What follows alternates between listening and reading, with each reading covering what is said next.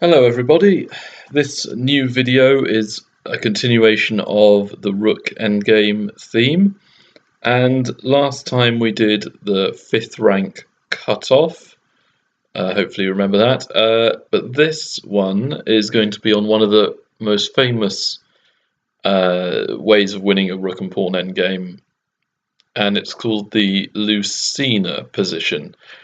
And here, white is a pawn up, rook and pawn against rook, and this is very, very hard to win. So sometimes I used to get this sort of position, and whether I won or lost was based on blind luck because I had no clue how to play this position, and I'd often go wrong, and my opponent, if I won, would have gone wronger. It wasn't down to my pure skill, and it's very hard to calculate if you don't know the themes and the sort of pattern of how to win this.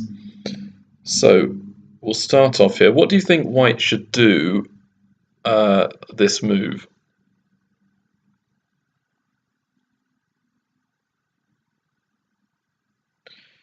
Well, the first thing is to cut off the enemy king. And here you could try playing rook a6, cutting the king off from the promotion square, and then play c4, c5, c6, c7, c8. But that is a bit tricky, and it's rather unfamiliar. If you learn the pattern I'm about to show you, it should apply in practically every game. Rook d1, so you want to cut off the king on the files and stop him approaching the c pawn. So here, black can't do a lot with the king, but let's just put it up to near the promotion square. Perhaps later it can go to the d file.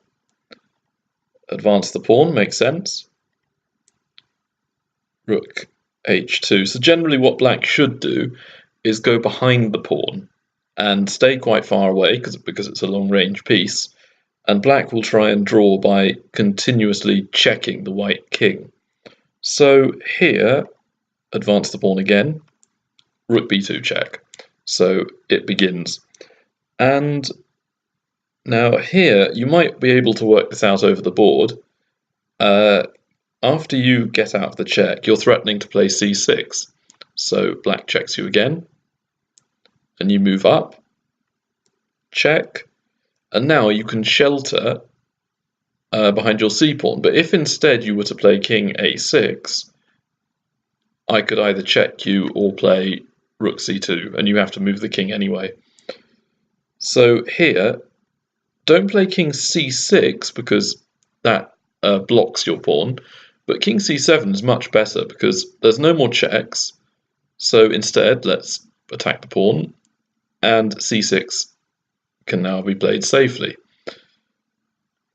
The rook can't do a lot, so let's play king e7. And here, if the white king comes out, then black will just keep checking. So first, let's make our rook more useful. Here we can play rook e1 check first and force the black king further away from the c file.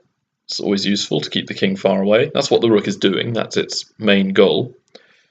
And again, we can use the same trick. We're threatening c7, so rook d2 check, and king c8, rook c2, c7.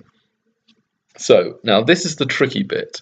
We've got the rook all the way to c7, and unfortunately we can't put our king onto c9 and then play c8 queen. So the sort of hard part is where to put our king. Wherever we put it, there's going to be lots and lots of checks.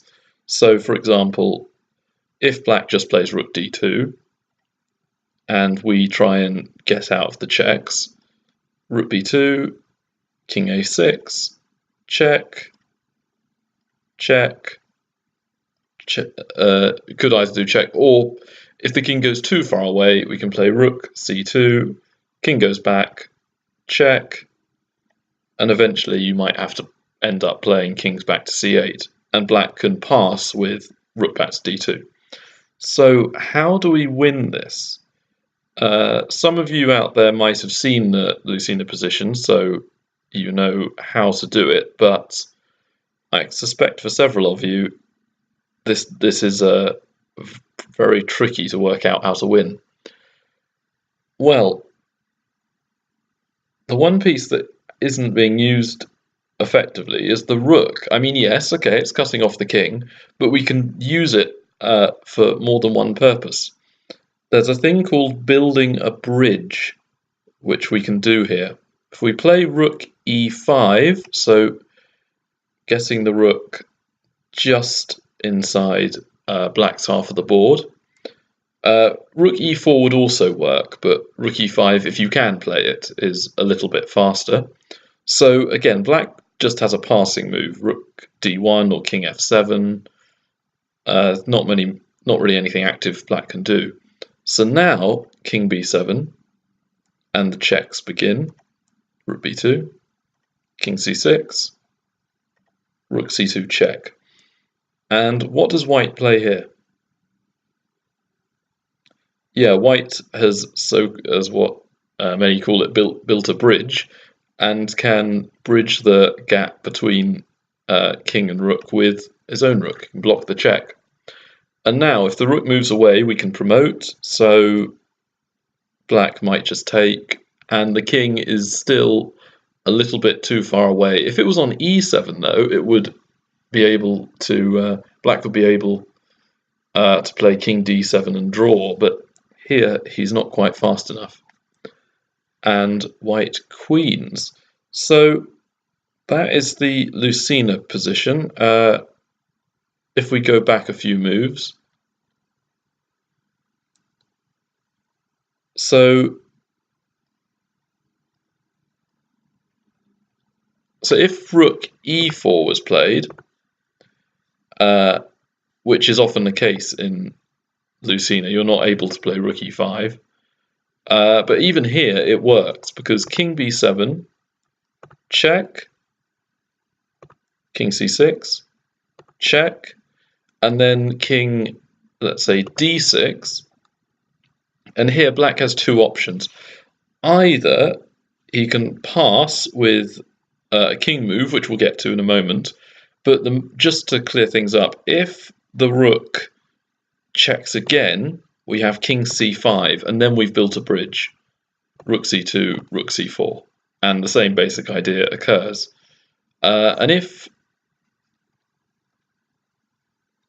instead black passes with a rook move, we can then advance our rook one square forward, and we're now planning on rook c5 next move, and black doesn't have anything they can do about it. But the move I want to show you is what happens after king f6. So if black just plays king f6, what can white do here?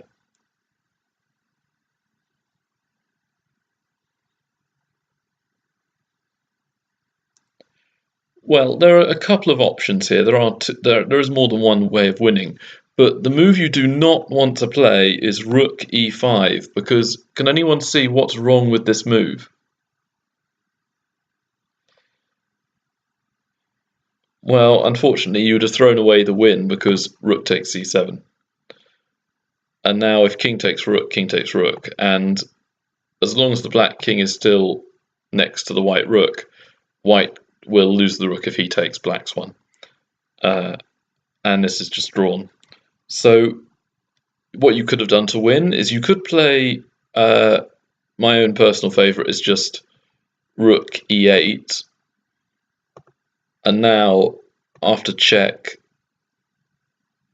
king c6, check, king b6, check, a5, check, b4, check, a3, black runs out of checks.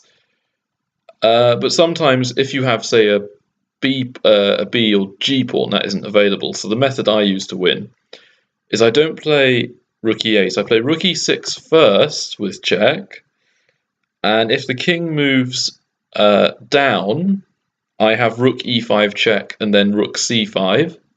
And if he moves up, I then have rook e5. So with that little check, instead of just the immediate rook e5, I've now got the threat of rook c5 and black can't do anything. So that was a slight variation of Lucena positions, but they're all very useful to know. Build a bridge, get your rook to the 5th rank, and try and try to stop black from doing all those annoying checks. Anyway, I hope you found something useful in this video. Comment, like, subscribe, and I'll see you in the next one. All right, bye.